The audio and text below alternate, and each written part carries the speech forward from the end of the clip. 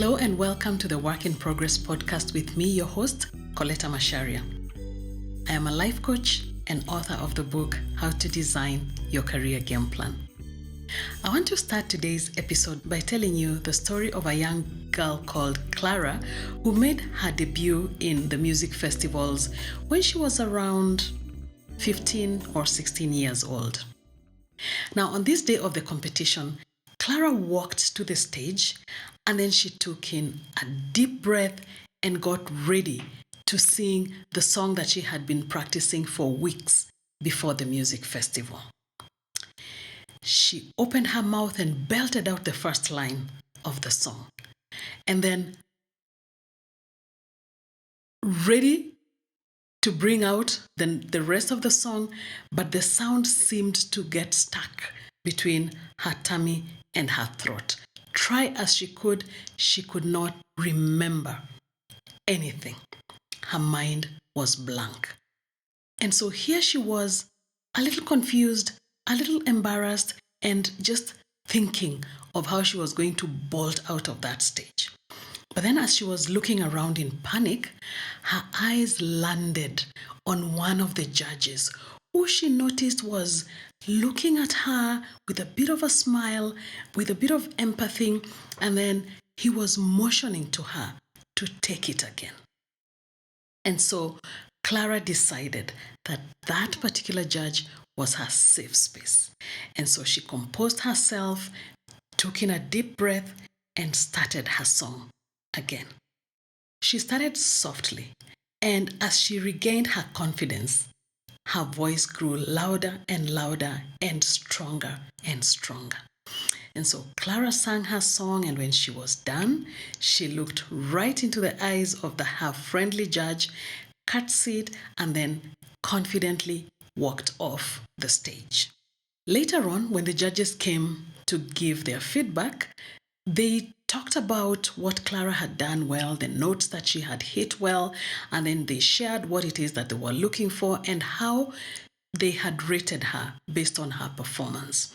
They also went ahead and told her what she needed to do to improve, including just relaxing and taking a deep breath when she was in front of the audience. People like Clara's friendly judge are like a breath of fresh air. In fact, I like to call them grace dispensers. Giving grace to someone when they have blundered is an act of kindness, and this is something that is so much needed in our world today, whether online or offline. I have been on the receiving end of both grace and harsh criticism when I have blundered, and I wish that I could say that I only dispense grace. The reality and the truth is that, regrettably, I have dispensed both grace and harsh criticism to other people as well. What I have learned, though, is that giving grace, showing grace to others, has not made me any less. And being a harsh critic has not made it easy for other people to do better. Being a harsh critic has not been very helpful in righting wrongs. In fact, what I have learned is that feeling of satisfaction that you get after giving someone a piece of your mind, it soon dissipates and leaves you feeling really bad after that conversation. The other thing I have learned is that learning occurs much faster when one is given grace and one feels like they have a safe space where they can even make mistakes and be corrected in a way that leaves their dignity intact. And that is something I aim for in my growth journey as a work in progress. Now, I have told you quite about me and my blunders, and now it's your turn. What are some of the ways that you have found effective to offer critique in a way that dispenses grace as well? I would love to read that in the comments, so please do share. And in the next episode, I will be sharing with you one of my favorite ways of giving critique with grace that I have found really works. I'll give you a hint. It's not the sandwich method.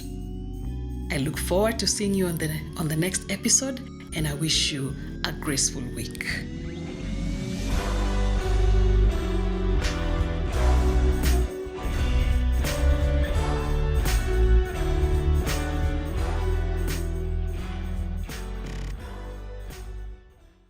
The Work in Progress podcast is brought to you by Cogent Afrique. Visit www.cogentafrique.com to check out learning and development opportunities for you, your team, organization, and family.